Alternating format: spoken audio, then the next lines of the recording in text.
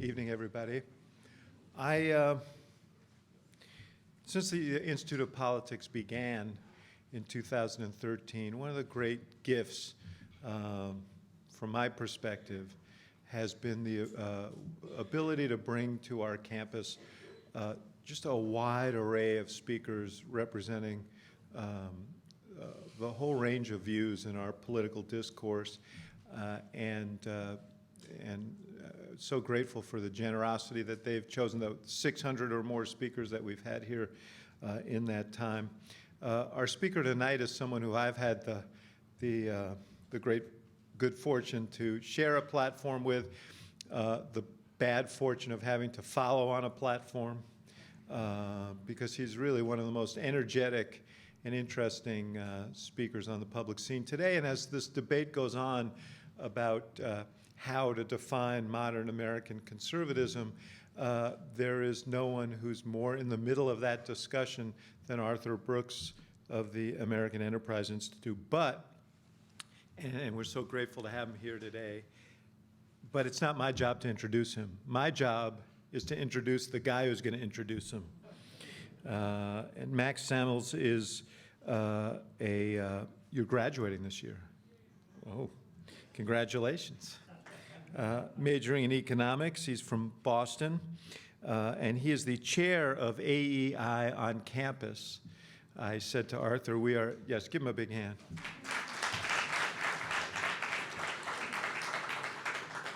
I said to Arthur, you see, we're a very diverse campus, and Max said, yes, we have 5 members. So I said, okay, we're a diverse campus. So with that, Max.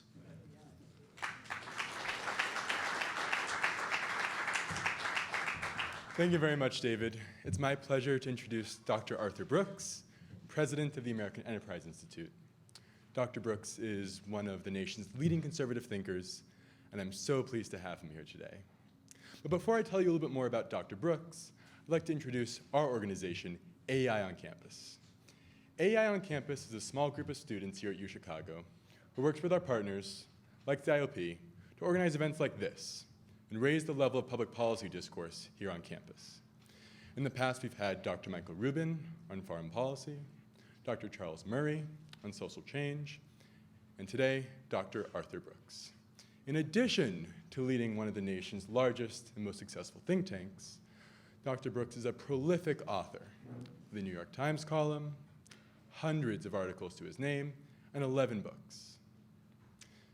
His newest book, The Conservative Heart, offers a bold new vision of a modern moral conservatism. In a tumultuous election cycle like this one, especially on the Republican side, Dr. Brooks' words have resonated from Main Street to the halls of Congress to the campaign trail. Dr. Brooks has had a slightly unconventional path to his current position, including a PhD from the Rand Graduate School and serving as a French horn player in the City Orchestra of Barcelona. Thank you, Dr. Brooks, for coming and offering your unique perspective. Please join me in welcoming Dr. Arthur Brooks. Thank you, Max. Thank you, Max, and thank you, David. David Axelrod is somebody I've admired for years, and we've gotten to know each other just in the past couple, and what an honor for me to be with, to be his guest and to be with all of you today. Thank you for giving me some of your time.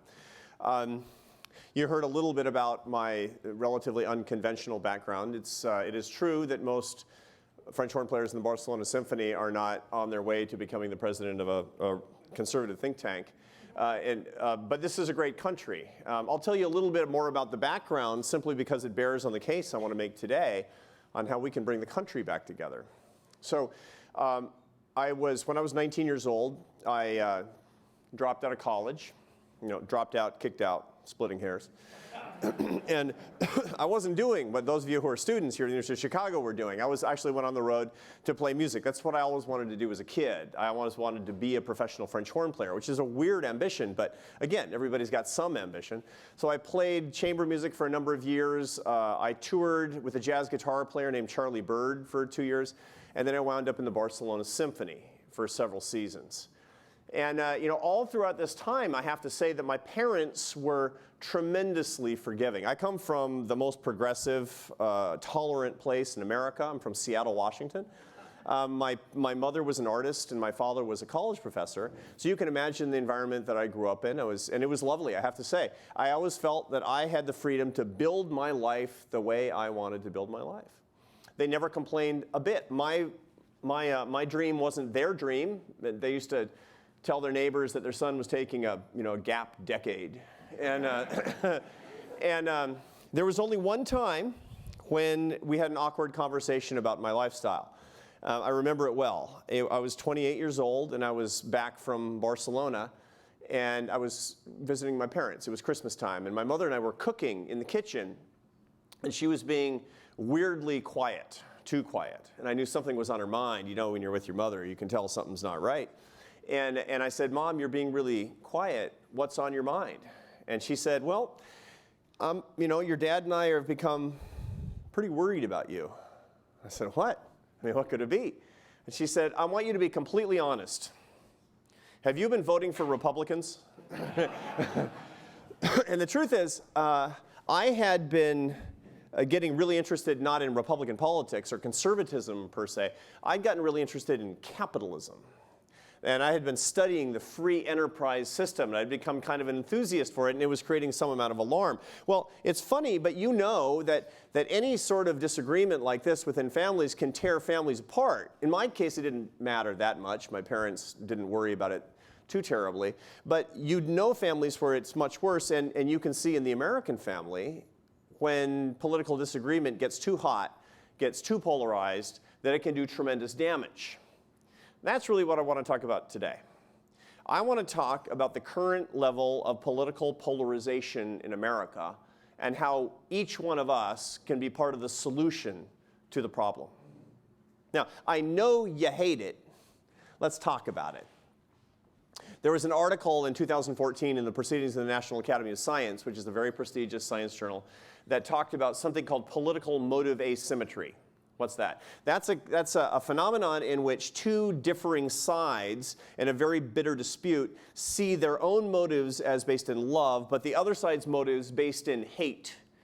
Where would you expect to see this? In the Palestinian-Israeli conflict or in the Baltics? The Balkans, sorry, the Baltics not so much, the Balkans. I mean, you see this where there's civil war. But where the authors really got my attention in this particular article was by looking at American politics. They found in 2014 that a majority of Democrats and Republicans in America today suffer from political motive asymmetry. Most people who have really partisan views today believe that they are motivated by benevolence, but that the other side, whatever that other side happens to be, is motivated by hatred. Most Americans think, I'm good, but the other side is evil and out to get me. That's obviously a big problem.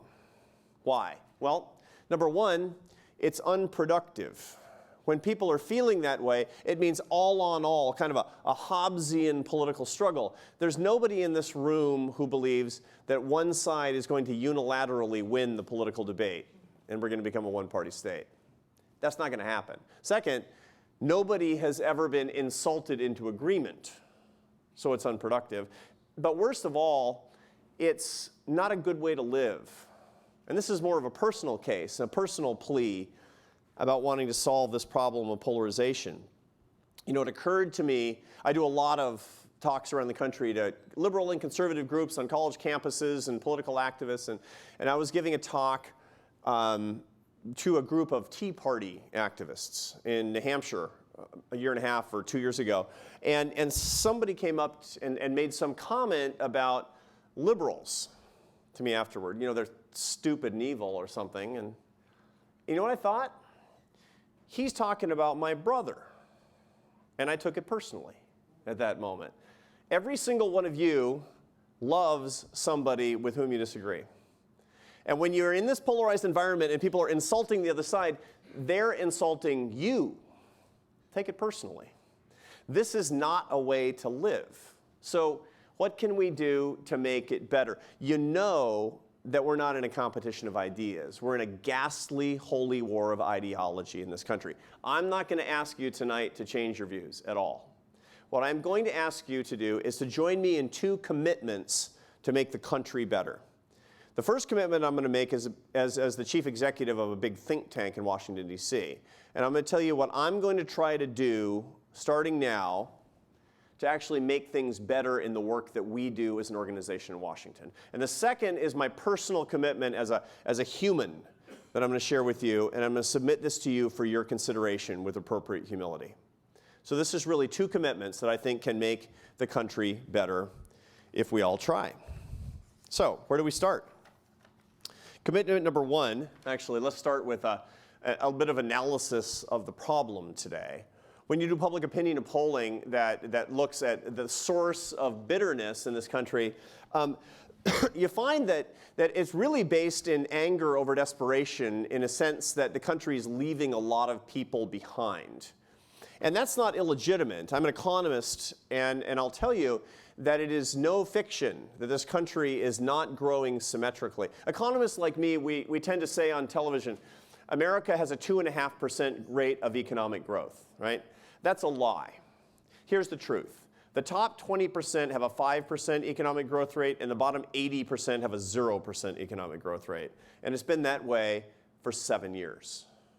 There was a confluence of events, a restructuring of the economy over the past 30 years toward globalization and an information-based economy with a ghastly financial markets crisis. And those 2 things came together, and they came together to marginalize the bottom half and even more of the economy. And people haven't seen progress. America is a country of progress. And when there's not progress, people get exhausted, and they turn to extreme political solutions and polarization. When I say America needs progress, it's pretty interesting. Many of you have lived in other countries, and it's baffling to people. You know, when I go back and I see my in-laws in Barcelona, you know, they say, why are people so frustrated? You know, nobody's missing meals in America today, or at least very few people are missing meals in America today. But you know, that's not good enough for us, is it? Only 13% of Americans today think that their kids are going to be better off than they are. That's a source of frustration because America is a country of progress. You know, none of your ancestors, if you come from immigrants, none of them were steaming into Ellis Island saying, sure is great to be in America where there's a better system of forced income redistribution. They wanted to make progress in their lives, and they want their kids to make progress. And when there isn't progress, which there isn't right now for a big part of the population, it becomes frustrating and people lash out. Stipulate that this is the problem. Now, I've made no partisan points. I bet none of you disagree fundamentally with the analysis. What tends to happen politically? And the answer is populism happens politically. Politicians exploit the situation to say, somebody's got your stuff and I'm going to give it back. What kind of people? Foreigners, immigrants, rich people, bankers. Somebody's got your stuff and I'm going to get it back. That's how the arguments always go. And that's what leads to the polarization. Inside parties, because one person is insufficiently pure, or buckle up for the general election that's coming up, between parties, which is going to get really ugly and full of hate. That's what we see. So the question really is then, how do we fight something like that? How do we deal with it? And we have to start by looking at the real problem. If the problem isn't, and I would argue that it is not, that someone took your stuff and we got to get it back, then let's look at the real problem with what it means to be left behind in America today. Chicago, your home, until relatively recently, was home to the greatest intellectual in the American Roman Catholic Church, Cardinal Francis George. Cardinal Francis George sadly died about 2 years ago of cancer. But before that time, when he was the Archbishop of the Archdiocese of Chicago, he really transformed the American church in a good, intellectually vibrant way. And I've always admired him for his intellect. But something else I've always admired him for is his fundraising ability. See, I run a nonprofit that runs entirely on the basis of philanthropy. And so when somebody's a good fundraiser, they really, really have my attention. And Cardinal George was a great fundraiser. So there's one occasion when Cardinal George was talking to his biggest donors here in Chicago to fund his poverty programs. right? A lot of really rich people, and he was talking about them giving money to serve the poor people in the archdiocese. And I was thinking, how is he going to ask them for this? So I'm really keyed in. And here's how he did it. He said, the poor, they need you to pull them out of poverty. And you need the poor to pull you out of hell.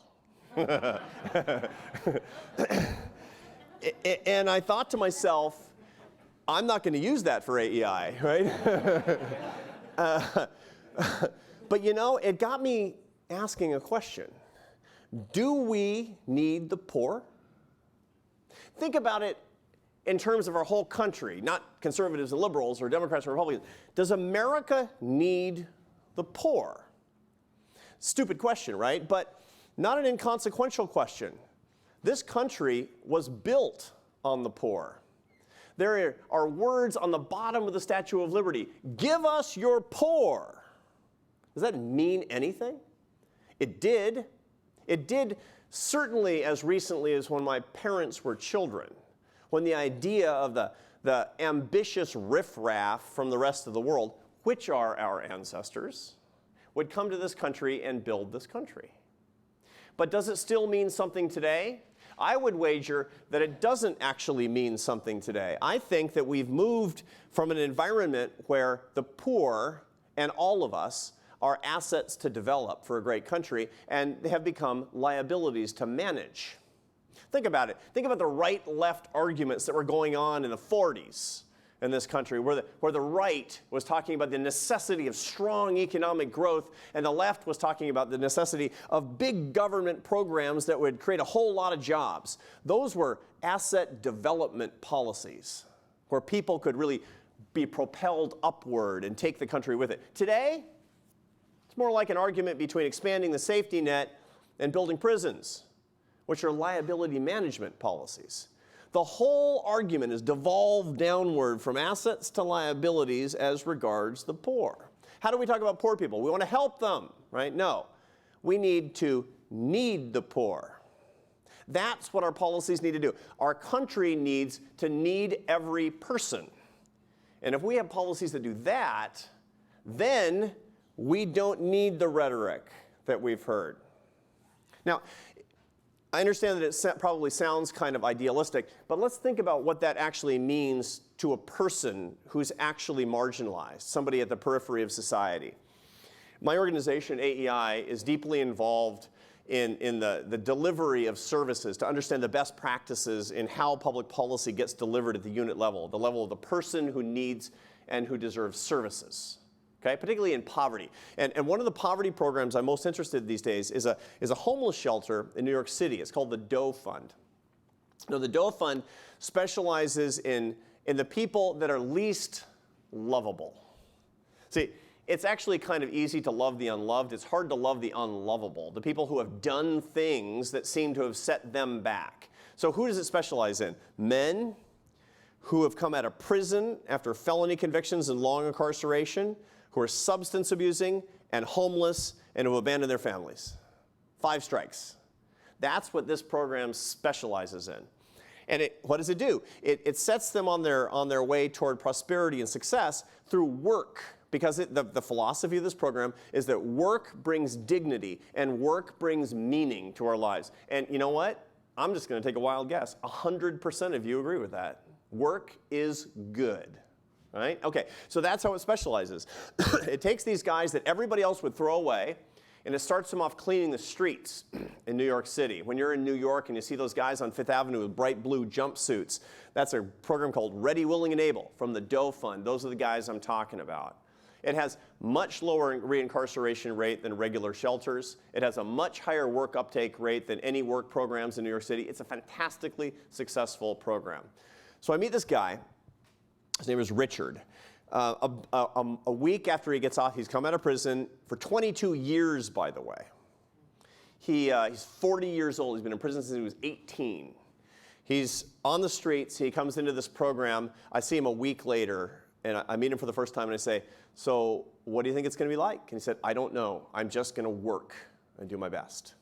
Now, we're following some people because of a film that we're making, and I'm checking back in, And I checked back in with Richard at the end of the year. Okay? After a year he's been in the program.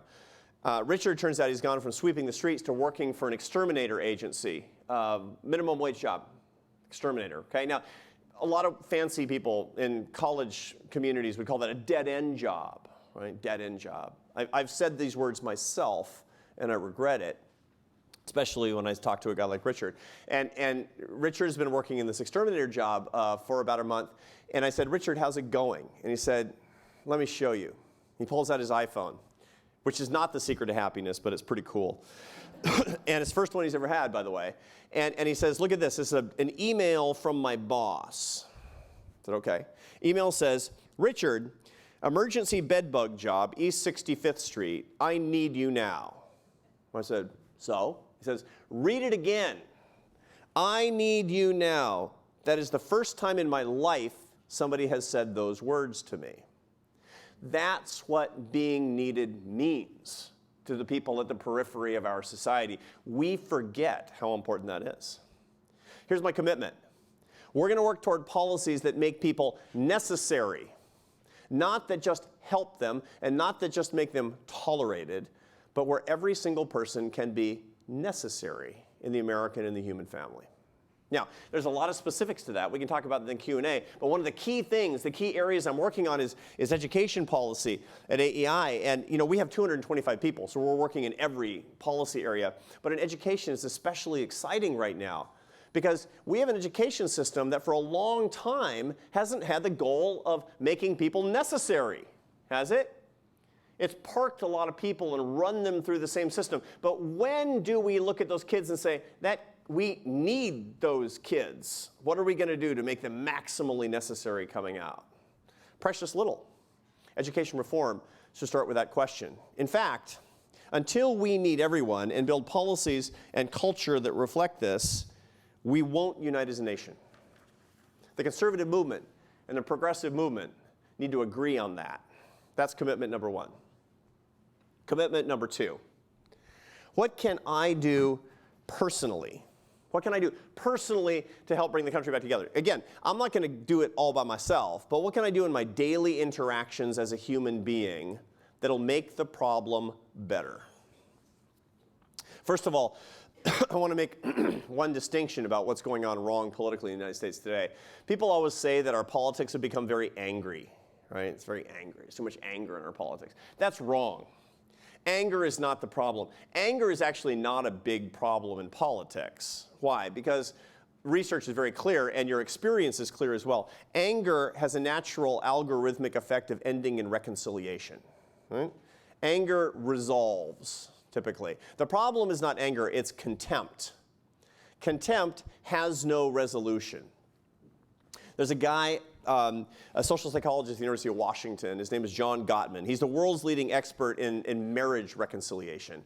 He's got a marriage lab and clinic where he brings couples that just, they're daggers drawn, and he gets them to understand each other better. He's actually kind of a miraculous character. And he has this one trick. It's almost a party trick. He claims that he can watch a movie, a 5-second film of a couple having an argument, turn off the sound, and you can tell just by looking if that couple will be divorced in 5 years with 94% accuracy. Wow, right? It's like, I don't want him to see a movie of me and my wife, So what is he looking for, right? That's what you want to know. What's he looking for? In 5 seconds, what's he going to see? Turns out he's looking for physical signs of contempt. You know what the number one physical sign of contempt is? Eye rolling. Eye rolling. I have 3 teenagers, and so I see it. They roll them so hard they're going to fall backwards in their chairs, right? But it turns out that when people who are peers, when they're couples or fellow citizens or co-workers, eye rolling and other signs of physical contempt, they denote disgust, the complete worthlessness of the other, and it's almost like a physical attack. It never leads to reconciliation. It leads to permanent animus. That's what the research shows. The problem in America is not anger. The problem is contempt. And listen to these candidates. It's awful how they talk about their fellow party members now because we're in a primary, but how they're going to be talking about each other in the general election.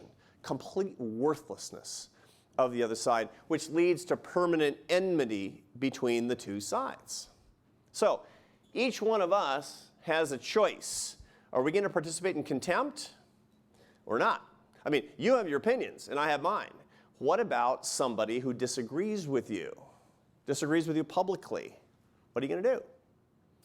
Well, you know, this is funny. There's this great social psych literature on habits, on habit formation. And what it shows, and again, it follows common sense, like most behavioral social science follows common sense, that if you want to break a habit, you got to do one thing.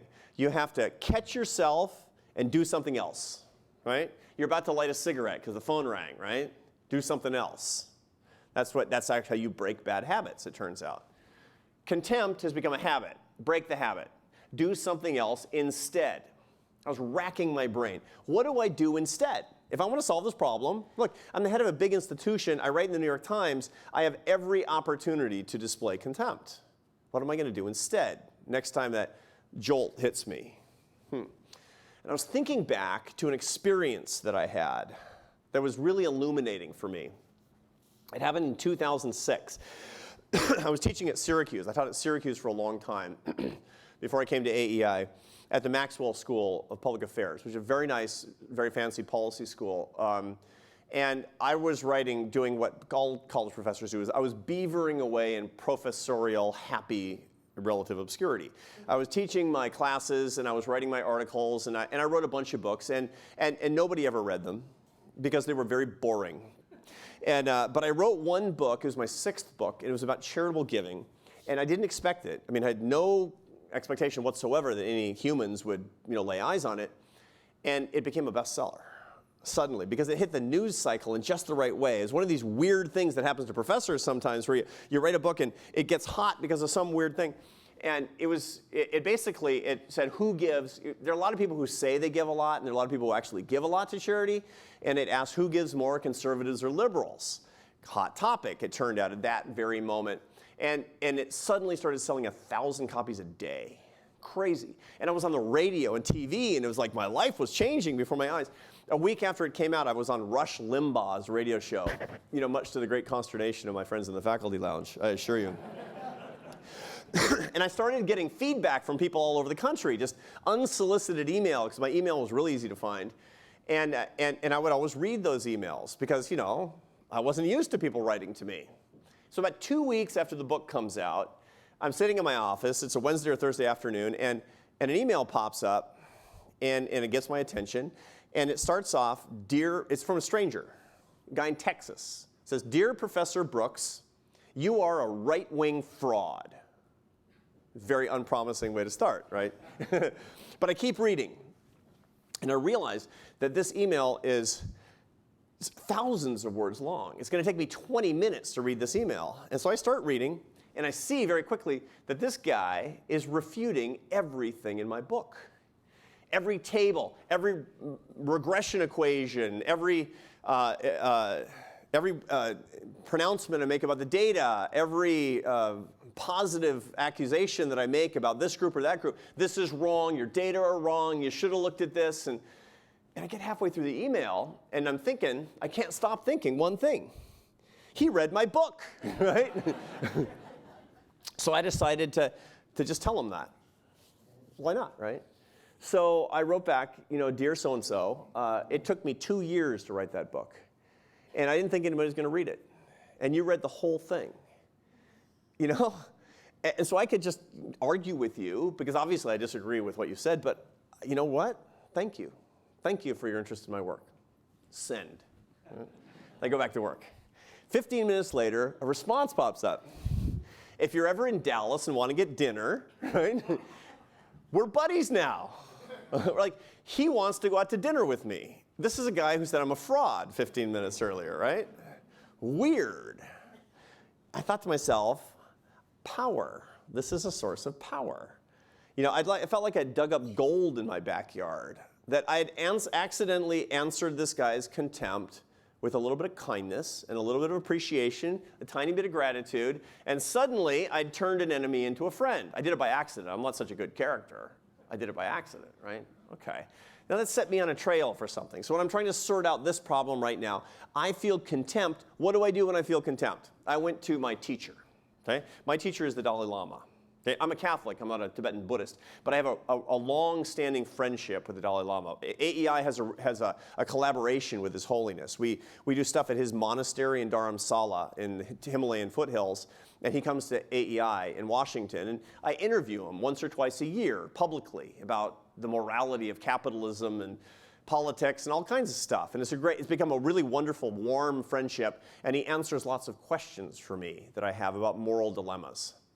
So this was on my mind. Well, I was in Dharamsala at his place last November.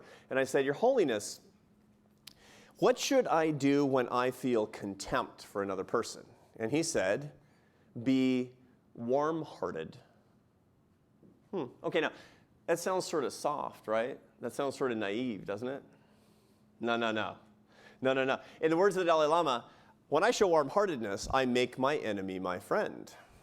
Think about that in his context. For those of you who don't know the Dalai Lama's background, this is the spiritual leader of the Tibetan people. He led his people into exile when he was 16 years old, where he was forced from his home in Tibet at the point of naked communist aggression. He was kicked out of China, poor, leading a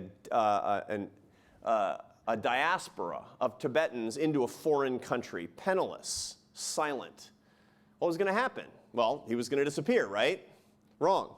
Today, he's the most respected religious leader in the world, standing up to naked aggression every single day on the world stage with warm-heartedness, solidarity, brotherhood, and love.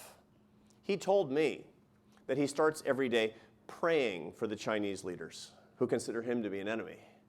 That is the power of warm-heartedness. That is the way that you turn contempt into something that's good and true and just. And I learned it from him. Boy, oh boy, do I want that. Boy, oh boy, do I ever want to do that.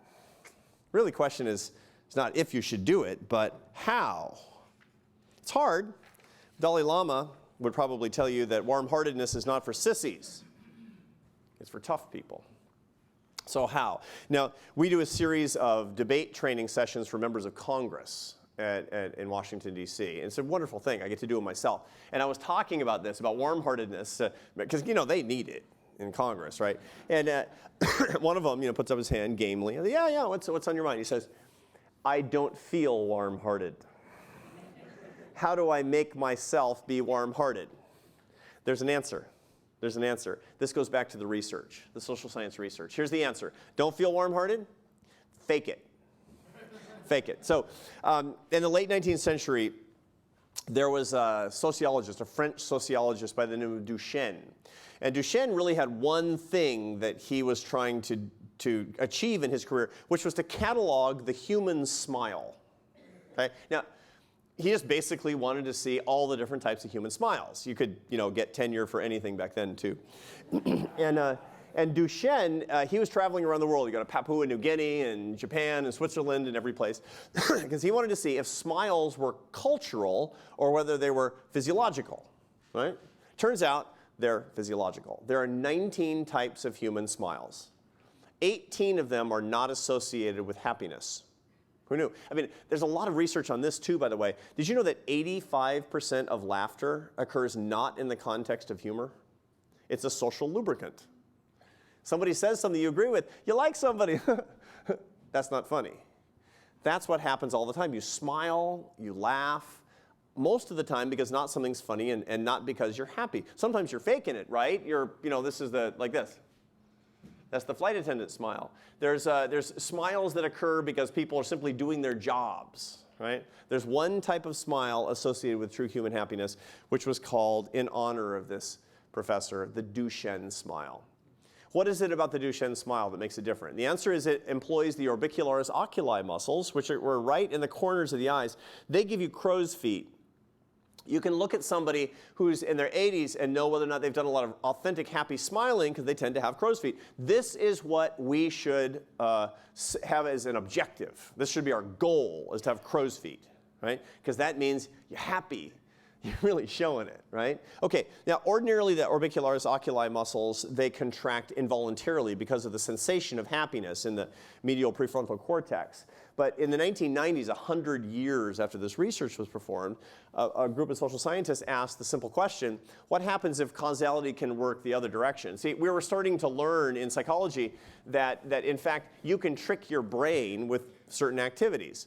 Psychologists were telling depressed people in behavioral therapy, act as if you weren't depressed. Get up, put on your clothes, go out, have lunch, do what not depressed people do, and you'll start fooling your brain into feeling better, at least a little bit, right? Okay, so there's all this research going on, and somebody said, what would happen if I manually stimulate the orbicularis oculi muscles? Will I feel happier? Does it go the other direction? So they did this. They got a bunch of undergraduate students together in a laboratory, because you always use undergrads. They're cheap and they'll do anything.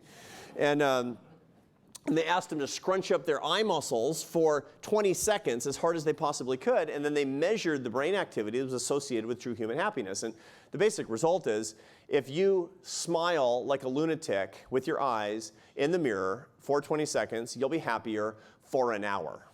Okay? Good advice. You should do this. But that's not my point. My point is, if you fake it, you will become what you want with respect to virtue, with respect to happiness, with respect to good feelings. So do this. Practice warm-heartedness, and you will feel warm-heartedness. And this is what I'm really trying to do. Now, by the way, does any of this mean that you should change your ideology? I'm asking you to be warm-hearted with people with whom you disagree. Does that mean you should just get into some sort of mushy ideological middle? No.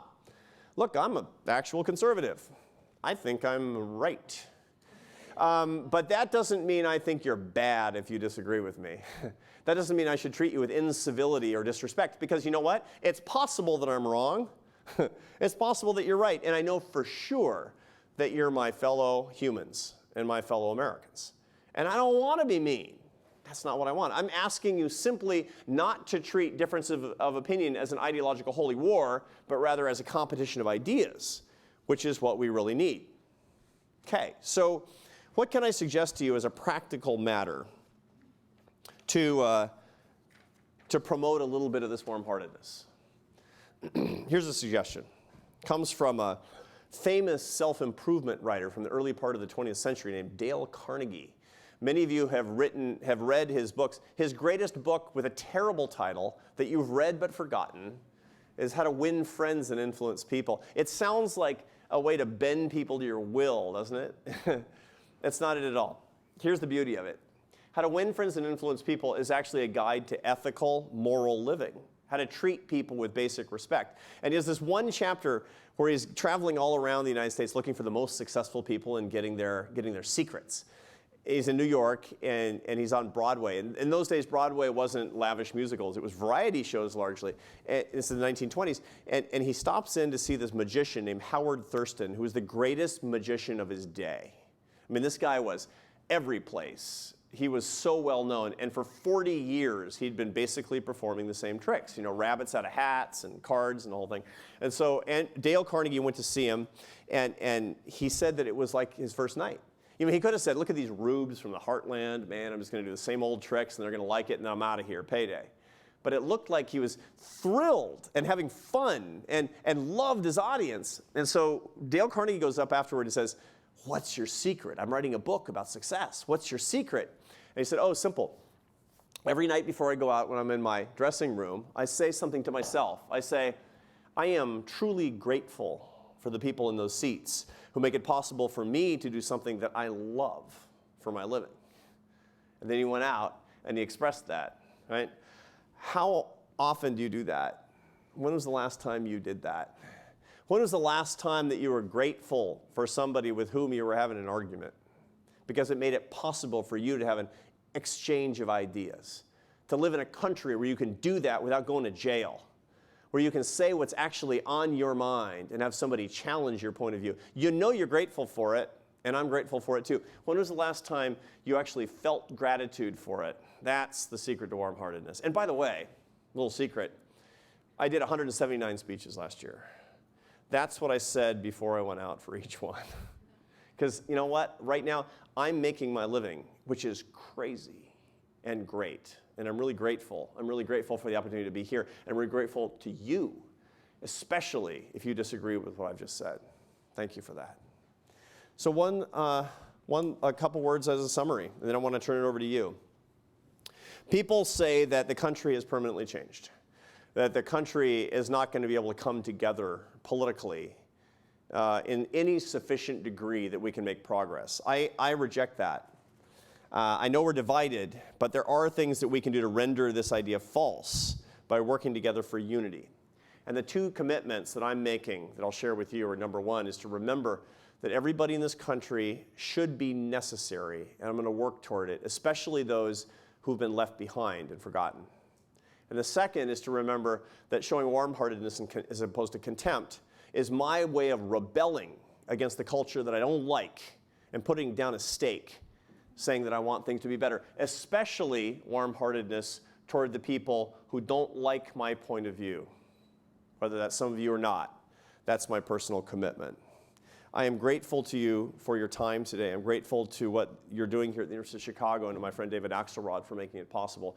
I'm grateful to AEI on campus for the important work that we get from our friends here, and especially to all of you for working with me to try to make the country, one person at a time, just a little bit better. God bless you, and thank you.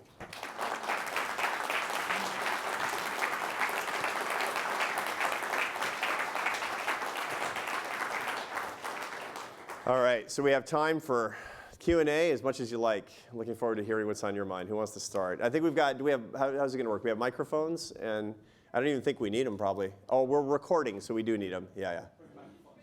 Mm-hmm.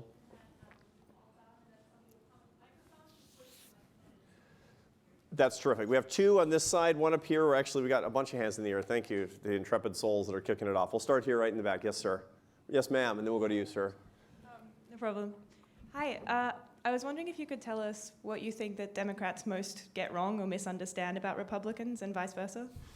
So I think that what Democrats get wrong most about Republicans, I should say about liberals get wrong about conservatives, is that we hate poor people. I think that it's very easy to caricature the other side. Now let me be a little bit more specific. I have this friend, a guy I hang out with who teaches at NYU. He's a social psychologist named Jonathan Haidt.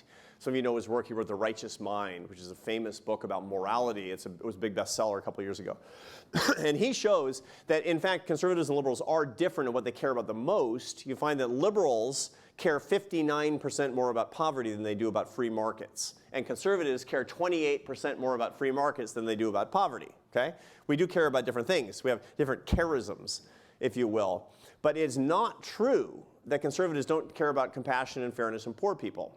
And it is not true, on the other side, that liberals simply want to subjugate poor people to keep a permanent voting bloc for the left. Those are the two things that I hear constantly from the two sides that have zero empirical backing. Zero empirical backing. And if we could actually just get through those things, get through those two things, and by the way, why do we keep hearing those things? It's because there's an outrage industrial complex in this country that gets a lot of power and makes a lot of money propagating these stereotypes, these ad hominem arguments. Ad hominem arguments are always imputing the worst possible motive to your adversary. In this case, they just turn out to be flat out wrong. Is it true that conservatives care more about free markets than liberals do? Yes. Is it true that liberals talk and think a lot more about poverty than conservatives do? Yes. But that means is that we have an opportunity through the strength of our diversity to come together to solve real problems. And it is not true that just because you as a liberal care more than me as a conservative about poverty that I don't care about it in the first place. Those are the two things that we have to start getting right. Two biggest mistakes. Thank you for that wonderful question. Yes, sir. Well, I wonder if you ever consider what you're talking about as having an influence or being influenced by the scaling of the industry of social entrepreneurship, number one. And number two, I think that, I'm sort of, the free market, I know where I'm at. I bet UFC, of course, and where the free market system is considered a staple and a standard. But my concern is that it doesn't alleviate the need for a public response or a communal response, because in its failing, it seems that it leaves more or less a mess for somebody to clean up, just not them. Thank you for that. To begin with, social entrepreneurship, absolutely. I wrote a textbook, which I don't recommend to you, called Social Entrepreneurship, as a matter of fact. So I think about this context a whole lot. The second point is free markets and public goods, free markets and the safety net, for example. You know, one of the misconceptions that we have is that there's an antagonism, necessary antagonism between the idea of the free enterprise system and a social safety net. My own belief is that the greatest achievement of the free enterprise system is the ability for the first time in human history to provide a social safety net. It's incredible. It's the largesse of capitalism that's made it possible for all of us to help provide solidarity and care for our brothers and sisters that we've never met, so that people don't fall too far and that we can find a way to share more opportunity. And many times the best way to do that is through the public sector. Radical stuff, right? Not really. You know where I got that idea? Friedrich Hayek, probably the most prolific and influential economist in the conservative and libertarian movement of the 20th century, who taught here. That's important for us to remember. Anybody who tells you that free enterprise is incompatible with a safety net doesn't understand either. We can do both. And what we should be arguing about in right and left is the extent to which the safety net alleviates different levels of need. That's, in other words, how far up it goes and what it does, not whether it should exist in the first place. Thank you for that wonderful question. Let's go over to this side, because I've been favoring the right, like usual.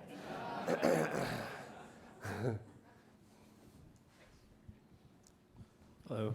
I was wondering if you currently ascribe the same level of contempt to both parties, because, I mean, I'm biased, probably wouldn't agree with you on a lot of stuff, so take it for what it's worth. But my perception is that President Obama, I think, will often, in talking about why Republicans are obstructing his agenda, will typically refer to as a political strategy and not degrade their character or say that they're somehow, trying to take down the country or something like that.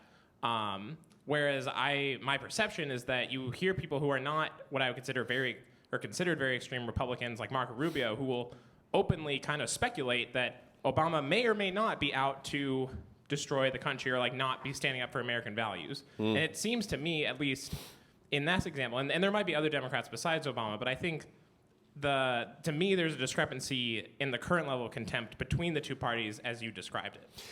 I don't have a contempt, thank you for that. I don't have a contempt index. So, that'd be interesting to do, actually. And you could do that. I would be kind of keen to know, who's more contemptuous, who's actually needs the most work. And so I don't want to go out on a limb, but I will say that I see very, very responsible national leaders on the Republican side that don't display contempt like him or hate him. Paul Ryan is not a contemptuous sort at all. He doesn't talk about, maybe Obama wants to ruin America and make everybody subjugated and voting Democrat. He doesn't talk that way. By the way, I know him well. He doesn't think that. So there are a lot of people who are every bit as respectful and non-contemptuous on the Republican side. But that's not your question. Are there major American Republican leaders and conservative leaders who are more contemptuous than the average of their parallel on the left? When I talk to really, really conservative audiences, and I talk about contempt, they think of the most contemptuous things that they've heard from, the head of the Democratic National Committee about these rotten Republicans. You know what they want to do. They just want to take choice away from women. All they want to do is they want to take women and want to put them back in the kitchen. You hear these horrible things like, who thinks of this? And the answer is people who don't get out very much, who are trying to raise money, typically. That's how this kind of thing works. So I don't know. I do know, however, this I will go on a limb and say, both sides are in trouble. And that each one of us can, where you have influence, you should exert influence. And if it makes one side much better than the other, and that actually helps the market for your side, go to it. I want a better country, and competition is going to get it done. Thank you. All right, we're going to stay on this side, then we'll go over to this side. Yeah, right in the middle here.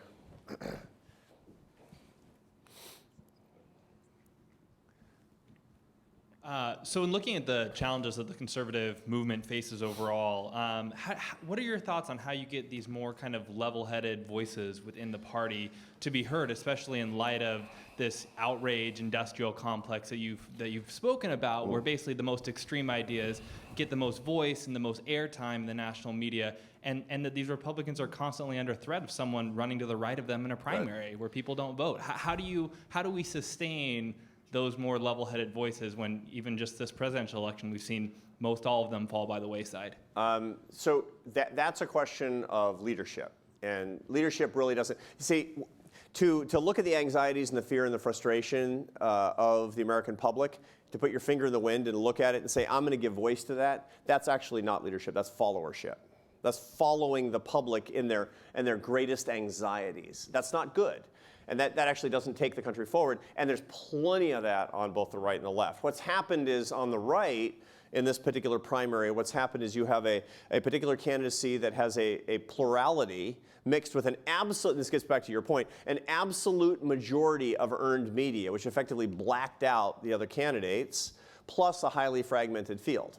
That's the phenomenon that's occurring right here. I mean, nobody should be misguided about whether or not this is overtaking the whole country. On the contrary, most people on the right don't agree with that, is what we see. Now, too many do, perhaps, but most people don't. Okay. So under the circumstances then, how do you get these more moderate, or at least I should say positive, non-contemptuous voices to the fore? And the answer is we need to encourage and reward greater leadership. There have been lots of cases where outrage, by the way, is a tactic.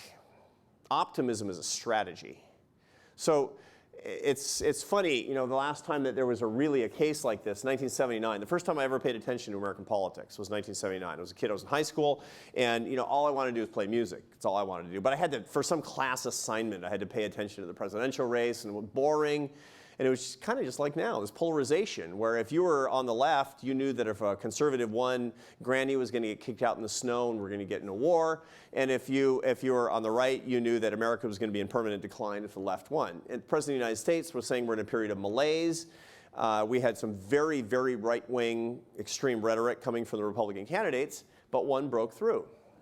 Ronald Reagan. How did Ronald Reagan break? Like him or hate him? My parents hated him. My family told me he was the worst and would never vote for him. But what was I hearing when I'll tell you what I was hearing when I was 16 years old. He loves me. I mean, he actually cares about me. He needs me to work and to earn and to succeed. Morning in America, baby. That's actually what won that election. Back up to 2008 from today. What explains Obama's runaway win in 2008? I mean, agree with his policies or disagree with his policies. What did it was that he ran on unity and optimism. That's why he deserved to win that race in 2008. I mean, a lot of you didn't vote for him because you disagreed with his policies, but you know he deserved to win because it was unity and optimism. And again, what do people disagree on? Did he govern with unity and optimism? Some people would say, no, he governed on pessimism and division. Again, people disagree, but there's no disagreement on how he won in the first place. Real leadership can use the strategy of unity and optimism, and that's ultimately what we have to demand. Here's what I predict. There's going to be a backlash against the contempt, and it's coming. And we're going to actually see people who are emerging from both right and left in the coming 3 and 4 years. And it's going to be something better. Let's urge it along. Come over to this side right here. We'll come to the front. We got 2 in a row next to each other. Thank you. Thank you so much for coming. And I think your idea of encouraging people to be warm-hearted and be civil with each other is a great one. And maybe, I'm sure that these people exist on both sides, but looking at college campuses, you see maybe some people who believe that the tactics of outrage and perhaps of incivility are the only way to positively affect the social change they seek, because they see civility as being too easily swept away by the protectors of the status quo. And I was wondering how you would maybe talk to some of those people who are intentionally using some of these more divisive tactics, not only because they do feel outraged, but also because they see it as the only way to advance their cause. So to be quite specific, you're talking about victimization on college campuses, for example. The best resource on this, by the way, I just cited the work of my friend Jonathan Haidt. He has a website called Heterodox Academy.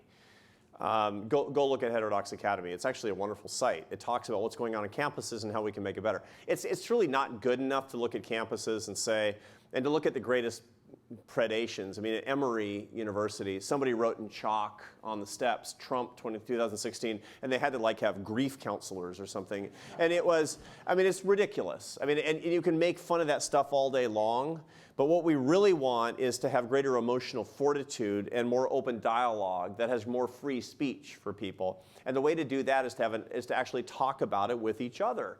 I know that some people will get a whole lot of power from bridling against that. Some people get power from actually claiming victimization. And some people, by the way, are victims, to be sure. I've written about this in my Times column ad nauseum. But I actually think that a lot of us can do a lot better, particularly when we work together as conservatives and liberals to fight against the culture of victimization, which ultimately hurts the victims the most. In all of these arguments, I find, and I honestly believe, that we do the most good when we remember the people who are hurt the most. Right? I mean, I'm not that worried that a culture of victimization is going to marginalize college Republicans. I'm not worried about our guys in AEI on campus. You're tough, you're strong, you're smart, you're going to be fine. I'm worried about the people who consider themselves to be victims and play into the sense of trying to accumulate power from somebody who already has a lot of power. That's what's really dangerous to me. Fight on behalf of people who need you to fight for them truly because they're marginalized and at the periphery. And when you do that, you're going to find yourself defending people you disagree with a lot, but that's satisfying, and that actually has a much greater chance of solving the problem. To be an activist for the people who are weak. Thank you for an excellent presentation. As I understand in politics, one of the main reasons you vote for someone is because you like them. And you're a teacher, you've taught at Syracuse, and you teach constantly. If you were giving advice, I'm going to use an example of Ted Cruz. Yeah. Bright, Harvard, Princeton, Supreme Court Justice, clerk, and yet people say they don't like his presentation. Now, if you were his teacher, and this could go for any of them, how would you teach them to be a little bit more presentable and maybe get people to like them, if that's possible? So thank you. This is exactly what we're talking about in our debate training presentations for members of Congress, for all the people who are interested in Congress and understanding this. Not just how to be liked better, how to be understood better, and how to get your point across much more effectively.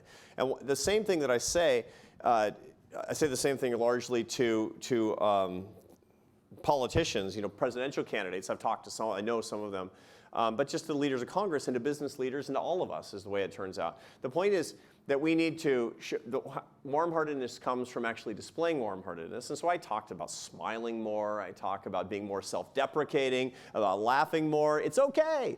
But also I talk about actually saying what's written on your heart. See, this is something that we don't do very much, do we? We say what we think people want us to, what we want people to think we think. We don't say what's actually written on our hearts very much, right? And I've done it, like I've been guilty of this a million times. The reason I gave you the presentation I give today is because it's really written on my heart. I'm sick of what's going on in this country, and I want to be part of the solution to the problem. And I want to show love and brotherhood and solidarity for the people in this country and for all of you. That's the deal, right? Now, it's kind of corny, I got it. But that's actually how you get to people. There's a wonderful literature that talks about the message absorption when you're making a speech. And it shows that very clearly there's a part of the brain called the posterior cingulate cortex. And this is an onboard computing device that was evolved 1 million years ago, way before people were really human, to do one thing, which is to ascertain whether somebody's a friend or a foe, which is it's about the size of a hazelnut. It's in the middle of your brain. Okay? It's way before your prefrontal lobes made you who you are. You have this thing. You hear footsteps coming up behind you. Is that a predator? Is that somebody who wants to mate with me? Right? Important distinction. You have a piece of your brain that tells you which is which. Okay, how do we use it now? In social situations. Okay, this thing basically, you see somebody on TV or somebody gets up and gives a speech. You decide whether or not that's somebody that you like or not, how fast, and unconsciously, how fast? 7 seconds. It takes 7 seconds. Each one of you made a judgment about me in my first 7 seconds. Why is that important? Because when you get up in front of an audience, or you're doing a town hall meeting, or you're doing a debate, or you're doing something on television, you got your first 7 seconds to make it or blow it. So what do we tell them to do? Say what's written on your heart. Say, I want to go to Congress so I can fight for you and your family, whether you vote for me or not. Don't talk about data, and don't talk about money, and don't give any facts and figures. Say really who you are. It's your opportunity to say the why of who you are, and that's the most important thing of all, as far as I'm concerned. And it has to be honest and true and genuine. That's the first piece of advice I give to every politician, and I certainly would to anybody who's running for president today. We'll go all the way back to here, and then we'll come back up. We got a mic coming to you.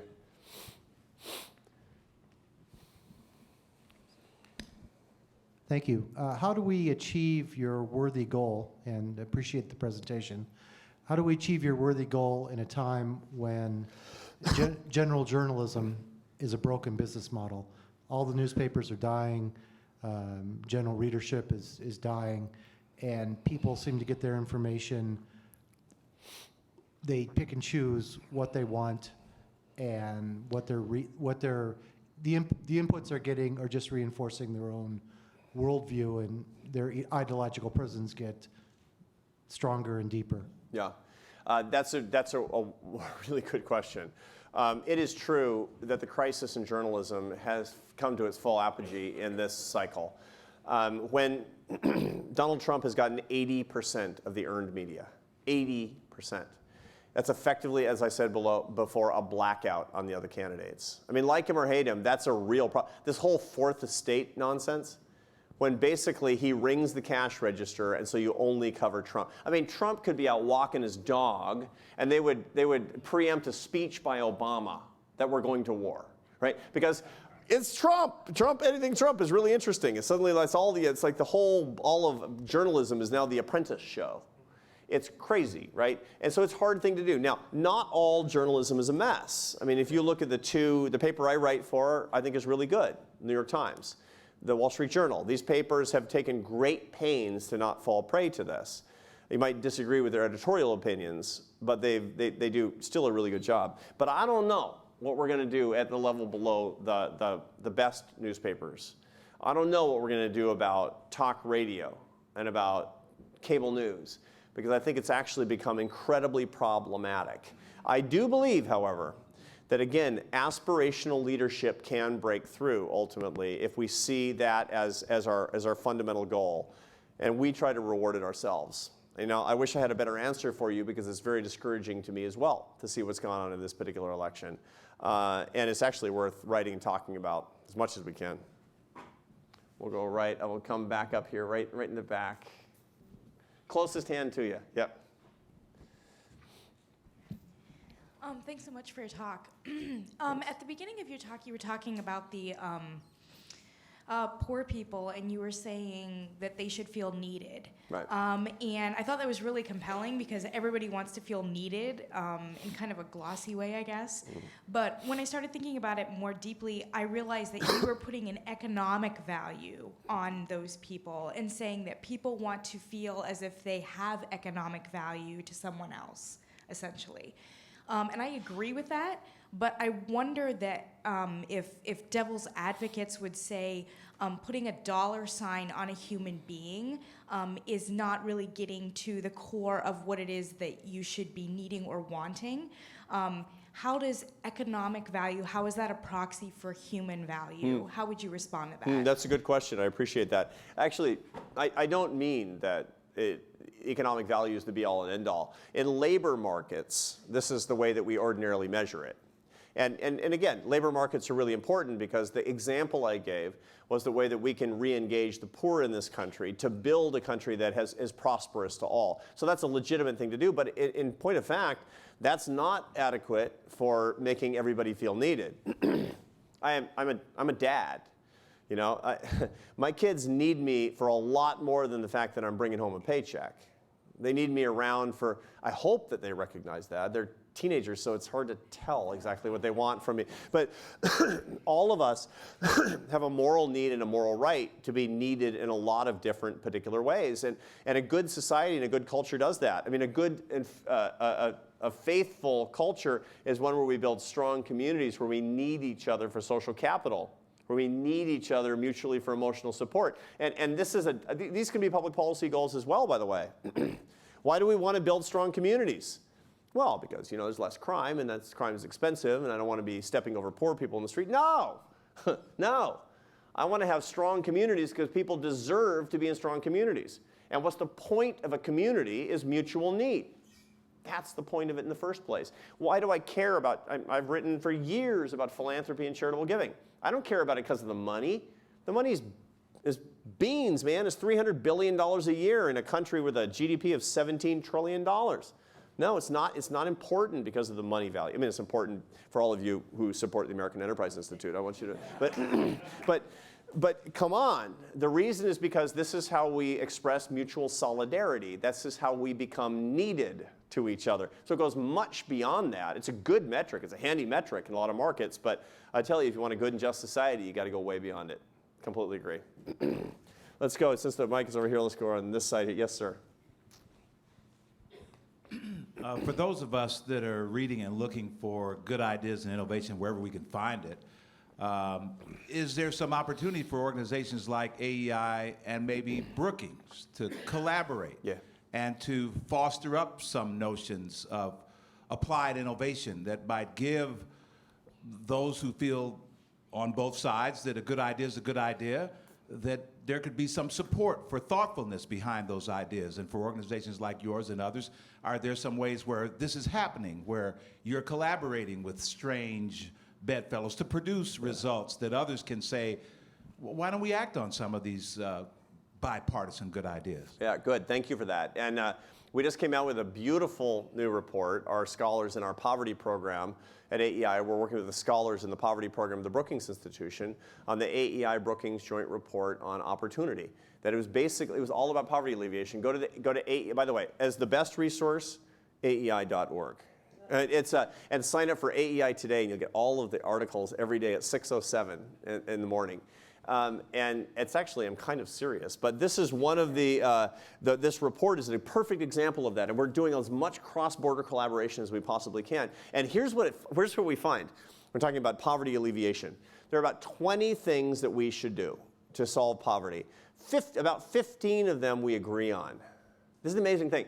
If 75% of the ideas on poverty alleviation we agree on between the center right and the center left, we can make a lot of progress. Tons of these things. Look, we disagree about the disparate impact that minimum wage increases have on poor people, okay? We might do it, we might not do it, but we all agree that an expansion of the earned income tax credit to single men who are in the workforce and have a tangential relationship with the workforce and need to have work pay to take care of themselves is a good thing to do. So let's do that, is the way that this thing comes out. And that's an example of it. We're also working with the Center for American Progress, which is obviously a very, for those of you who know, a very progressive think tank. And you know, we agree about progress on most things. And the things that we disagree on, we can disagree on and agree to disagree and do it in a civil and respectful way. So we're living this principle. Thank you. One more question, and then we're going to break up so all of you can go have your supper. So let's go right up here, because you had your hand up right there, so you're going to get the last question. I was pointing at you, and we'll do 2 questions then. We're going to have 2 questions, yeah. Okay, thank you so much. This is so needed. You had asked when was the last time you were grateful for being able to engage with someone who disagrees with you and trying to be kind-hearted. Just this past week on Facebook, and you try to to offer a new idea, but what happens here in Chicago, and I can probably speak to the contempt that someone had here. I used to be a huge liberal, and now I'm a conservative, and I can talk to you about contempt levels. The contempt that I received on Facebook was, it hurts, and so I think you have a lot of people. I mean, this guy was asking about the extremes. How do you get the extremes? Well, because when you try to say something new, those voices get, oh, okay, I better not say anything. And so what you have, I think, is that, and that's why I'm so grateful for your kind-heartedness, because I try to be, loving, LGST, I called it, loving, giving, salty, and truthful. But then when you're attacked like that, you kind of shrink back. So I was just wondering, how do you get beyond that? Thank you for that. That's a very beautiful question. I think something that I've thought about an awful lot. Social media is terrible, of course, in every way. And I'll leave it at that. No, the problem is anonymity. Anonymity is a big problem. So when I first started writing a column in the New York Times, I'm a conservative writing in the Times. So I'm getting all contempt I could write a column saying I love puppies, and all the comments would be like 100% negative comments. You, sir, have actions that don't match your word. You hate puppies. It's the worst, right?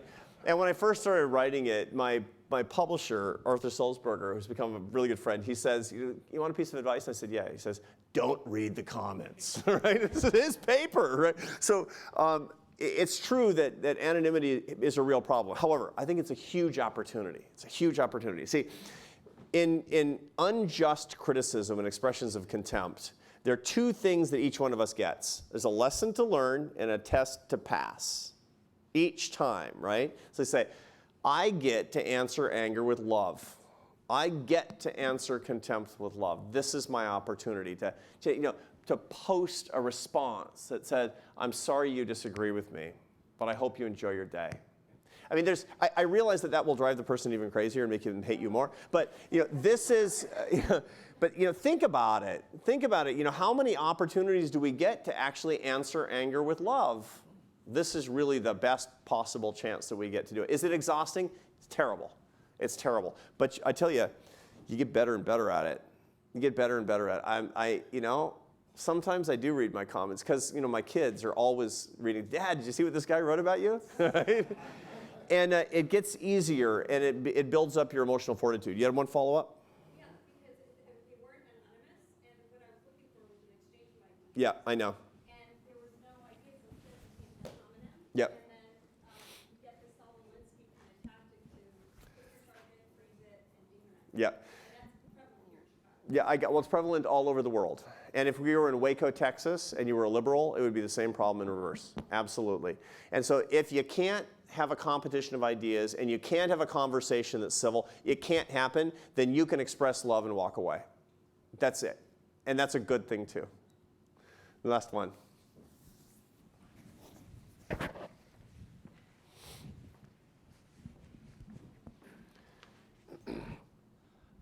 Again, thank you so much for coming. What you said was very insightful, very inspirational. Thank you. You spoke about the need for people to feel needed all throughout society and how that needs to translate into work.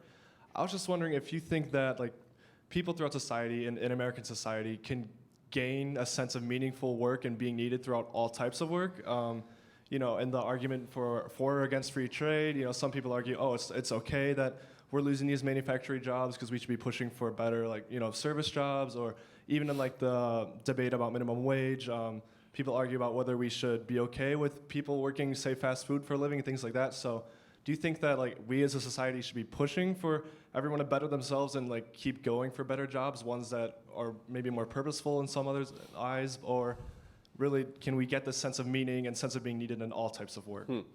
That's wonderful. I believe that all work has dignity, and all work has value.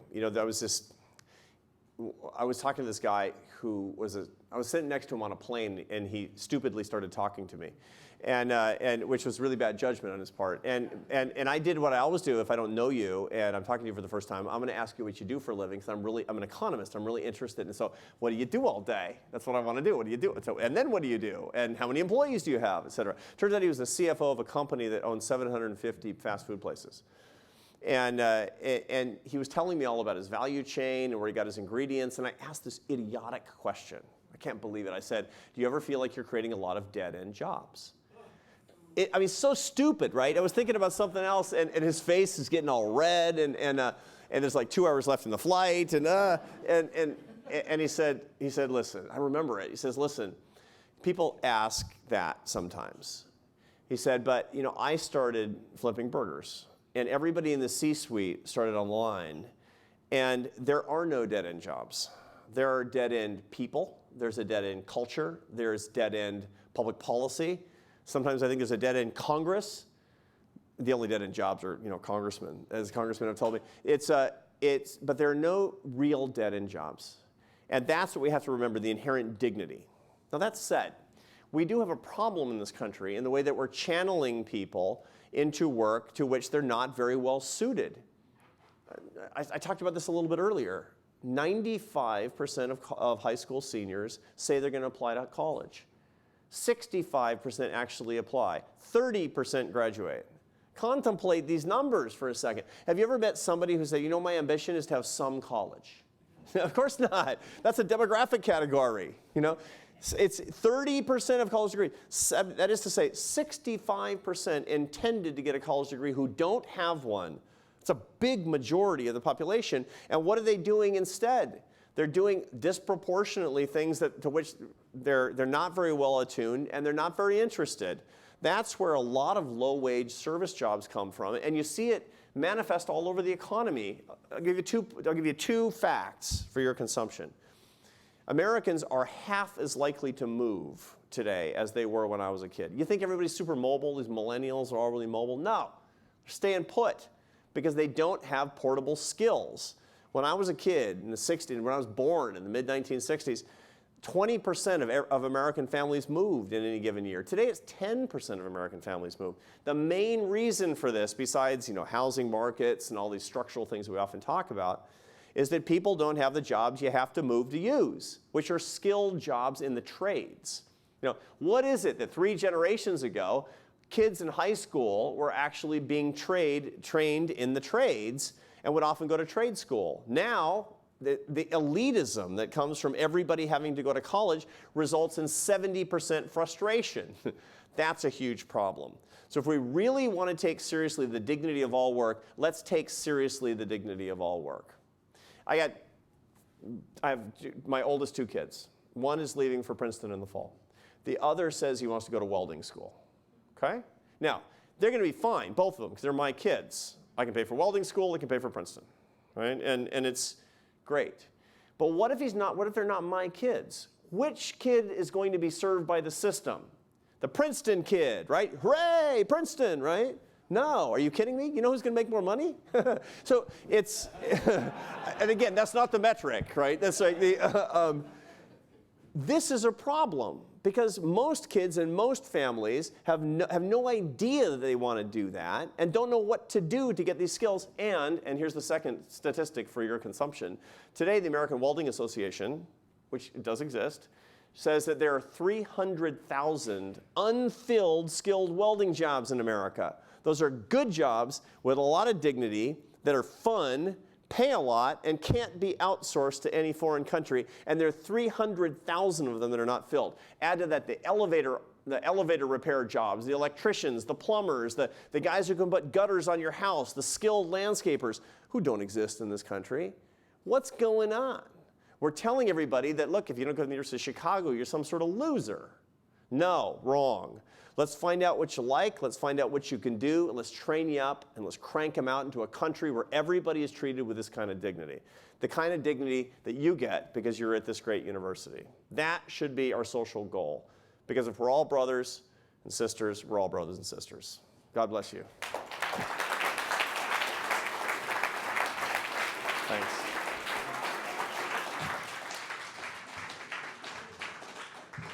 You know, David Axelrod started this institute with the hope of not just inspiring and cultivating the next generation of public service leaders, but also really creating a forum where we can actually expand and elevate the public conversation. Arthur, your comments tonight did just that, so thank you so much.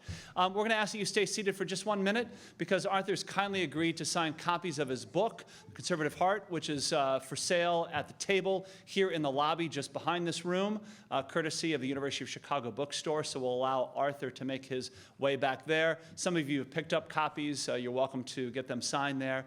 And at the same time, if you haven't, they'll be on sale. So if you want to make your way back there, Arthur, before everybody takes you over. I'll also take this moment really quickly to remind you of a few things coming up at the IOP later this week. If you're not signed up for our regular emails, we encourage you to do so. politics.uchicago.edu. You'll get our weekly emails that tell you everything else that's coming up. Tomorrow, IOP fellow Livia Brockman will be talking about Rust Belt cities and investment in them. We'll also, on Wednesday, hear from Jeff Greenfield, the esteemed, highly acclaimed political journalist. We'll be doing a seminar on the history of political conventions from then to now, a very timely topic of conversation on Wednesday. And then we welcome and encourage all of you to join us at the IOP on Thursday at 12:15 for a lunch conversation with Fred Hochberg, who is chairman of the U.S. Import-Export Bank. That'll be at 12:15 on Thursday at the IOP. Much more on our website. Thank you all so much for being here. Enjoy this beautiful night.